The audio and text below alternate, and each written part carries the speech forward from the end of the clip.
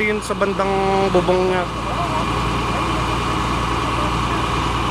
We have here 5 firefighters from Santa Rosa and dito, Cabanatuan. Mga nag-join forces na sila. May mga naka-standby pa na mga ambulansya dito sa gilid. Kaya naapula na. Lumang building pala siya, guys. Dito sa likod ng Kapitolyo.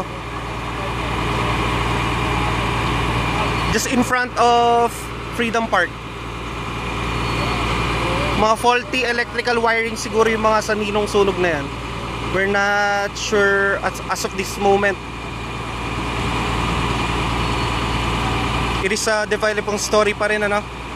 Kakabalita pa lang din. It's already 1 in the morning.